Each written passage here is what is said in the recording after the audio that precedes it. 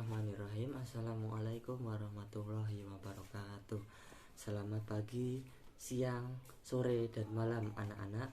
Semoga kalian diberi kesehatan dan tetap semangat untuk belajar menggapai cita-cita kalian. Semoga terwujud. Sebelumnya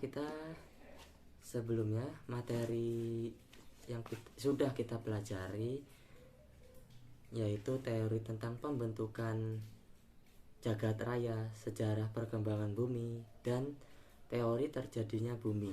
Di situ banyak sekali peristiwa dari sebelum terciptanya bumi sampai sekarang ini.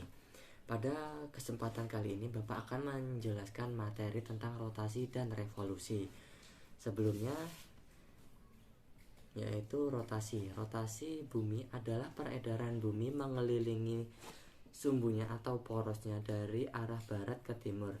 Lamanya rotasi bumi disebut kala rotasi, yaitu selama 23 jam 56 menit 4 detik, disebut dengan 1 hari.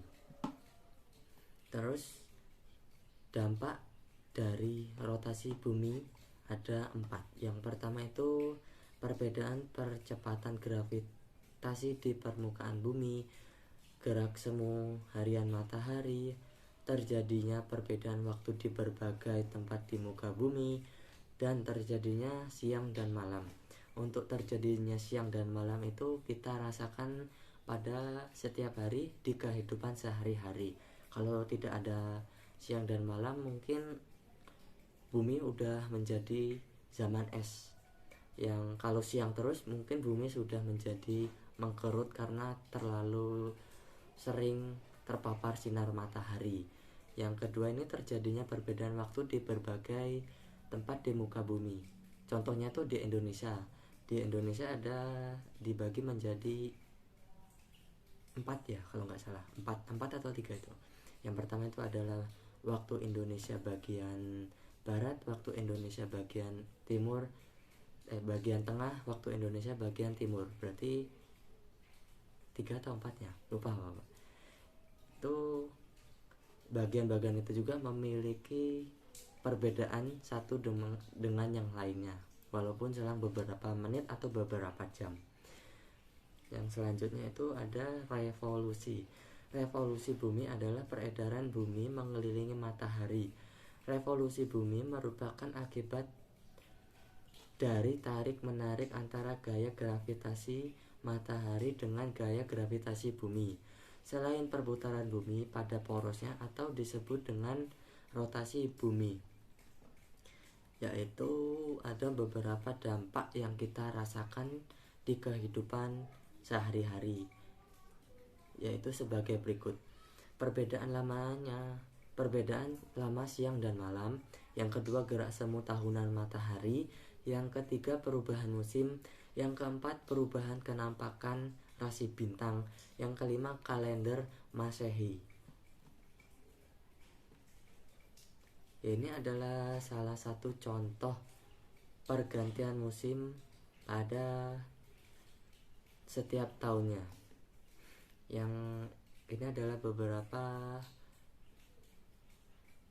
contoh pergantian musim, yaitu 21 Maret sampai 20 Juni belahan utara mengalami musim semi, sedangkan belahan selatan mengalami musim gugur. Yang kedua, 21 Juni sampai 23 September belahan utara mengalami musim panas, sedangkan belahan selatan mengalami musim dingin.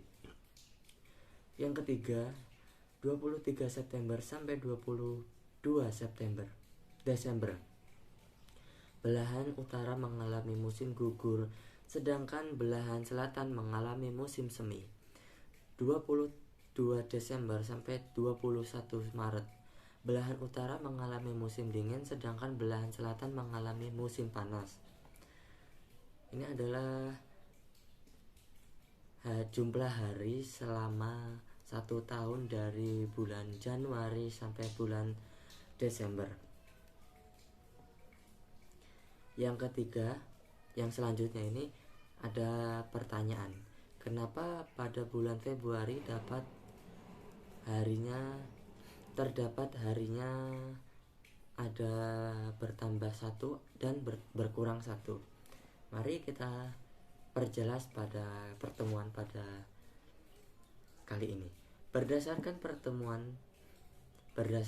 perhitungan astronomi, jumlah hari dalam setahun sebenarnya adalah 365/4 hari. Artinya dalam satu kali revolusi, bumi melakukan rotasi sebanyak 365/4 putaran. Jadi ada tambahan seperempat hari setiap tahunnya. Nah, setelah 4 tahun berlalu, tambahan seperempat hari itu menjadi genap sehari. Dengan kata lain, setiap 4 tahun terdapat tambahan satu hari dalam kalender, yaitu pada bulan Februari. Februari kan ada kalendernya ada 29, 28 atau 29. Lah itu terjadi proses karena penjelasan tersebut. Mungkin di sini Bapak ingin menambahkan tentang rotasi dan revolusi bulan. Yang pertama itu adalah rotasi dan revolusi bulan. Ketika kita mengamati bulan pada malam hari yang cerah, kadang terlihat seperti bulan sabit, kadang separuh, dan kadang penuh. Tahukah kalian apa penyebabnya? Sama halnya seperti bumi, bulan juga selalu bergerak. Pergerakan bulan dapat dibedakan menjadi 3 macam, yaitu adalah macam gerakan berputar pada porosnya, gerakan mengelilingi matahari, dan gerakan bersama mengelilingi bumi dan matahari. Terus pengertian rotasi bulan. Pengertian rotasi bulan ini adalah perputaran bulan pada porosnya, disebut dengan rotasi bulan. Waktu yang dibutuhkan bulan satu melakukan rotasi adalah 29,5 hari atau 1 bulan. Bulan berotasi dari barat ke timur. Oleh karena itu, kita selalu melihat sisi yang sama setiap kali melihat bulan. Revolusi bulan. Revolusi bulan, perputaran bulan dan dampak rotasi dan revolusi bulan. Rotasi dan bulan sama dengan waktu revolusi bulan, yaitu waktunya dibutuhkan bulan untuk mengelilingi bumi yaitu selama 29 hari 12 jam 44 menit dan 3 detik. Dari pergerakan rotasi dan revolusi bulan, maka di bumi dapat dilihat beberapa peristiwa yang dapat diamati dengan mata telanjang, yang dapat kita rasakan dengan panca indera kita. Dari pergerakan rotasi dan revolusi bulan, maka akan timbul dampak dan rotasi bulan. Di antaranya terjadinya pasang surut air laut, perubahan jumlah hari pada setiap bulan di kalender Hijriah maupun Komariah, terjadi macam-macam fase dan pergerakan bulan. Terjadinya macam-macam fase dan pergerakan bulan ini memiliki 3 macam, yaitu fase bulan mati, fase bulan sabit, dan fase bulan separuh, serta fase bulan 3/4 dan bulan penuh. Fase bulan mati. Pada fase bulan baru, posisi bulan berada di antara bumi dan matahari. Sisi bulan yang gelap menghadap ke bumi sehingga bulan tidak tampak. Yang kedua, bulan sabit. Bulan sabit, fase ini seminggu kemudian setelah bulan baru. Bulan yang berbentuk sabit terlihat di langit bagian barat sesudah matahari tenggelam. Setelah bulan baru, biasanya sabit pada bulan akan semakin membesar dari hari ke hari sehingga menjadi bulan separuh. Kemudian setelah menjadi bulan separuh, kemudian terjadilah bulan penuh atau bulan purnama. Yang terakhir itu hubungan bulan dan dengan keagamaan. Itu adalah kalender memiliki hubungannya. Yang pertama, tak hanya pada perubahan alam saja, melainkan pada keagamaannya. Itu termasuk dalam sosial seperti perubahan jumlah hari pada setiap bulan di kalender Hijriah. Jumlah hari pada kalender Hijriah per bulannya adalah 30 atau 29 hari, tergantung pada bulannya. Maka dari itu dalam satu bulan kalender Hijriah memiliki lama sekitar 29,5 hari. Hal ini menyebabkan dalam kalender Hijriah ditemukan adanya tahun kabisat, yaitu revolusi bulan digunakan oleh umat Islam dalam menentukan perhitungan atau permulaan kalender Hijriah, atau disebut juga kalender Komariah. Kalender Hijriah lebih cepat daripada kalender Masehi, yaitu lebih cepat 11 hari daripada kalender Masehi, sehingga menyebabkan beberapa hari besar keagamaan umat Islam khususnya setiap tahunnya mengalami perubahan lebih cepat 11 hari dari tahun-tahun sebelumnya. Itu adanya